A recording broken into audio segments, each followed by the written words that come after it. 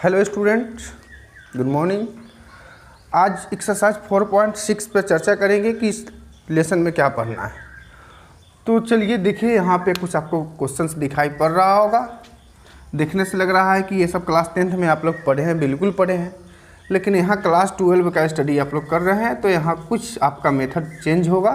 तो देखिए फर्स्ट में क्या है, examine the consistency of the equation. देखिए कंसिस्टेंसी सिस्टम दिया हुआ है अब एक इक्वेशन का 1 to 6 क्वेश्चंस आपके बुक में प्रेजेंट है। अब यहाँ कंसिस्टेंसी का अर्थ क्या है, एक कंसिस्टेंसी है और एक इनकंसिस्टेंसी है।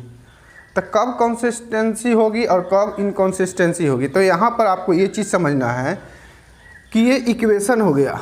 अगर इस इक्वेशन में x और y का वैल्यू फाइंड करते हैं तो वो क्या कहलाता है, कंसिस्टेंसी इक्वेशन का। अगर जिसमें x और y का वैल्यू नहीं निकले, जो इक्वेशन से प्राप्त नहीं हो, आपका वो इनकंसिस्टेंट कहलाएगा। तो ये बिल्कुल आप समझ गए। तो चलिए इसमें हम कंसिस्टेंसी चर्चा करना है, तो चलिए हम इस पे देख लेते हैं। फर्स्ट नंबर क्वेश्चन है, इसको सॉल्व करके आपको दिखाते हैं, वो भी कौन सा मेथड, मैट्रिक्स मेथड द्वारा आपको स्टडी करनी है यहाँ पे। तो चलिए इक्वेशन, गिवन इक्वेशन जो आपको दिया हुआ, क्या दिया हुआ पहले इसे देखते हैं। गिवन इक्वेशन x + 2y = यहाँ पर आना है, उसके बाद है 2x + 3y = 3, दो इक्वेशन दिया हुआ।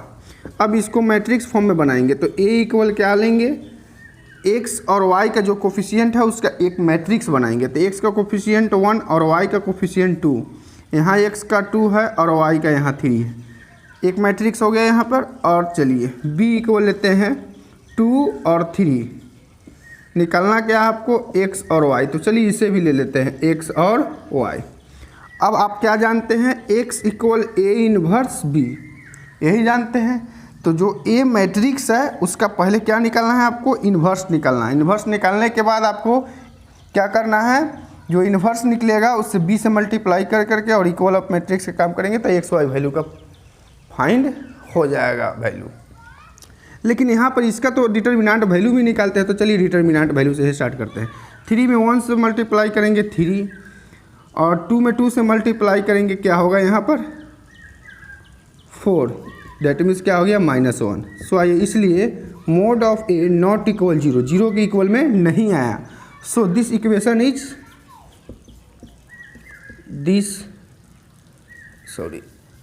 लिख दीजिए, दिस इक्वेशन इज कंसिस्टेंस। ये कंसिस्टेंसी इक्वेशन है क्योंकि यहाँ 0 के इक्वल में नहीं आया। अगर 0 के इक्वल में आ जाएगा तो ये हो जाएगा इनकंसिस्टेंस। बस इतना ही पर छोड़ देना है, क्योंकि आपका फर्स्ट नंबर देखिए ये हेडिंग में क्या लिखा हुआ है, 1 to 6 क्वेश्चन एनसीईआरटी में मिल जाएंगे। उससे यही इंप निकाल करके चेक करना है कि कौन सा कंसिस्टेंसी है और कौन सा इनकंसिस्टेंसी है। तो ये 0 की इक्वल में जो भी 0 mode of A determinant value अगर 0 आ जाएगा तो क्या हो जाएगा, इनकंसिस्टेंस। लेकिन ये 0 नहीं आया तो इसलिए क्या हो जाएगा, कंसिस्टेंस। समझ में आ गया होगा आपको ये। चलिए तो सेम इस तरह ये भी प्रोसेस है और ये भी प्रोसेस है कि आप डिटर्मिनेंट वैल्यू निकाल करके यहाँ पर चेक केवल कर लेना है, आगे की ओर नहीं करना है। आगे की ओर यहाँ पर दिया हुआ है कि solve system of linear equation, यहाँ पे सॉल्व कर करके आपको बताना है कि इस इक्वेशन में x और y का वैल्यू फाइंड कर करके आपको बतानी है। लेकिन 1 to 6 क्वेश्चंस जो है आपको ये ऑब्जेक्टिव है, इसमें चेक करना है कि कौन सा कंसिस्टेंसी है और कौन सा इनकंसिस्टेंसी है। बस इतना ही है, इसके ज़्यादा नहीं जाने हैं हम लोगों को। तो चलिए अब 7 नंबर पे हम लोग चर्चा कर लेते हैं कि 7 नंबर में आखिर है क्या। तो 7 नंबर में देखिए क्या है, सॉल्व करेंगे 7 नंबर क्वेश्चन के लिए। गिवन इक्वेशन दिया हुआ है, given equation 5x + 2y = 4 equation 1 है, और 7x + 3y = 5 इक्वेशन यहाँ 2 हो गया। तो चलिए इसे हम लोग क्या कर लेते हैं, पुट कर लेते हैं, मैट्रिक्स के फॉर्म में पहले बनाते हैं। x का कोफिशिएंट 5 और y का 2 है, फिर यहाँ x का 7 और y का 3 है। b ले लीजिए, आप कांस्टेंट ले सकते हैं b, और यहाँ x को ले लें, x और y की वैल्यू फाइंड करनी है, सॉल्व करना है। तो आप जानते हैं x इक्वल क्या होती है, a इन्वर्स b, इक्वेशन 1 मान लिया। a से हम लोग क्या करेंगे, इन्वर्स निकालने हैं।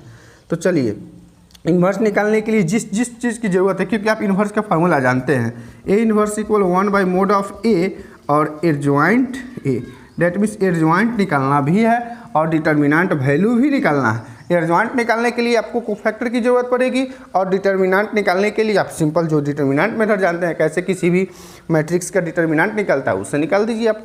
तो चलिए पहले डिटर्मिनेंट निकाल लेते हैं। Mode of A cross multiply 15 minus 14 कितना हो गया 8। चलिए ये निकल गया। अब आ जाते हैं 4 कोफैक्टर के लिए। 4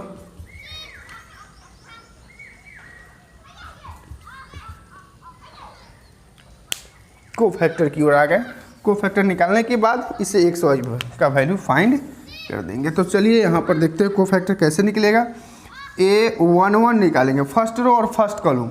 आप जानते हैं प्लस माइनस माइनस प्लस का कार्य करेंगे डिटर्मिनेंट वैल्यू के लिए, तो प्लस लेंगे। First row first column, first row और फर्स्ट कॉलम कैंसिल हो गया, आपके पास 3 दिखाई दिया। उसके बाद A12 क्या लेंगे माइनस, फर्स्ट रो और सेकेंड कॉलम आपके पास 7 दिखाई यहाँ पर। उसके बाद A21 माइनस सेकेंड रो और फर्स्ट कॉलम, तो आपके पास 2 है यहाँ। उसके बाद A22 plus second row second column, आपके पास 5 है यहाँ। अब एडजॉइंट निकाल देंगे। कैसे निकलेगा एडजॉइंट आप जानते हैं, 3 माइनस 7 माइनस 2 5, इसका ट्रांसपोज कर देंगे तो ये आपके पास एडजॉइंट, और रो को कॉलम में चेंज करेंगे, ये एडजॉइंट भी निकल गया। अब लेंगे इन इक्वेशन 1 क्या है, x equal A inverse B. x क्या है आपके पास XY, और ए इन्वर्स भी आप निकाल चुके हैं, 3 माइनस 2 माइनस 7 और 5, और b भी आपके पास प्रेजेंट है 4 और 5। चलिए तब यहाँ पर इसको मल्टीप्लाई करेंगे, x और y है यहाँ, फर्स्ट रो से फर्स्ट कॉलम। 3 में 5 4 से मल्टीप्लाई करेंगे क्या होगा 12, माइनस 2 में 5 से तो माइनस 10। फिर सेकेंड रो से फर्स्ट कॉलम, माइनस 7 में 5 से 35, और 5 में सॉरी मिस्टेक है, ये सेकेंड रो से फर्स्ट कॉलम है, तो माइनस 4 से 7 से 4 में मल्टीप्लाई करेंगे 28, 5 में 5 से मल्टीप्लाई करेंगे 25। अब यहाँ पे देखिए x और y क्या है यहाँ 2 और -3, तो x इक्वल क्या हो गए 2 और y इक्वल क्या आपके पास प्राप्त हुआ 3। देखिए x और y का वैल्यू आप फाइंड इस तरह से करें। आप इस इक्वेशन 1 और इक्वेशन 2 लेकर के क्लास 10th में करते थे। चलिए इसे 3 से मल्टीप्लाई या इसे 2 से 1 को कैंसिल करते थे, तो इस मेथड पर आने की ज़रूरत नहीं है, क्योंकि आपको मैट्रिक्स मेथड से बनाना है। यहाँ पे लिखा हुआ है यूजिंग मैट्रिक्स मेथड। तो 7 to 14 क्वेश्चंस आपको मिल जाएंगे इसमें, और इसको बनाने की कोशिश करें। सेकेंड भी वही है, थर्ड भी वही है। 3x3 का भी सेम होगा, क्योंकि 3x3 का होगा तो a इक्वल 3x3 का हो जाएगा, तो आपको कोफैक्टर भी सेम 9 एलिमेंट का निकालना पड़ेगा, उसका ट्रांसपोज करेंगे आसानी से निकल जाएगा। तो इस तरह से 4.6 का बहुत बिल्कुल आसान क्वेश्चन है, ये आसान लेसन है। इसको आप लोग घर पे प्रैक्टिस करें, फिर आपको नेक्स्ट वीडियो में इसी लेसन का कुछ और सारे क्वेश्चन हम बताएंगे। Okay, thank you.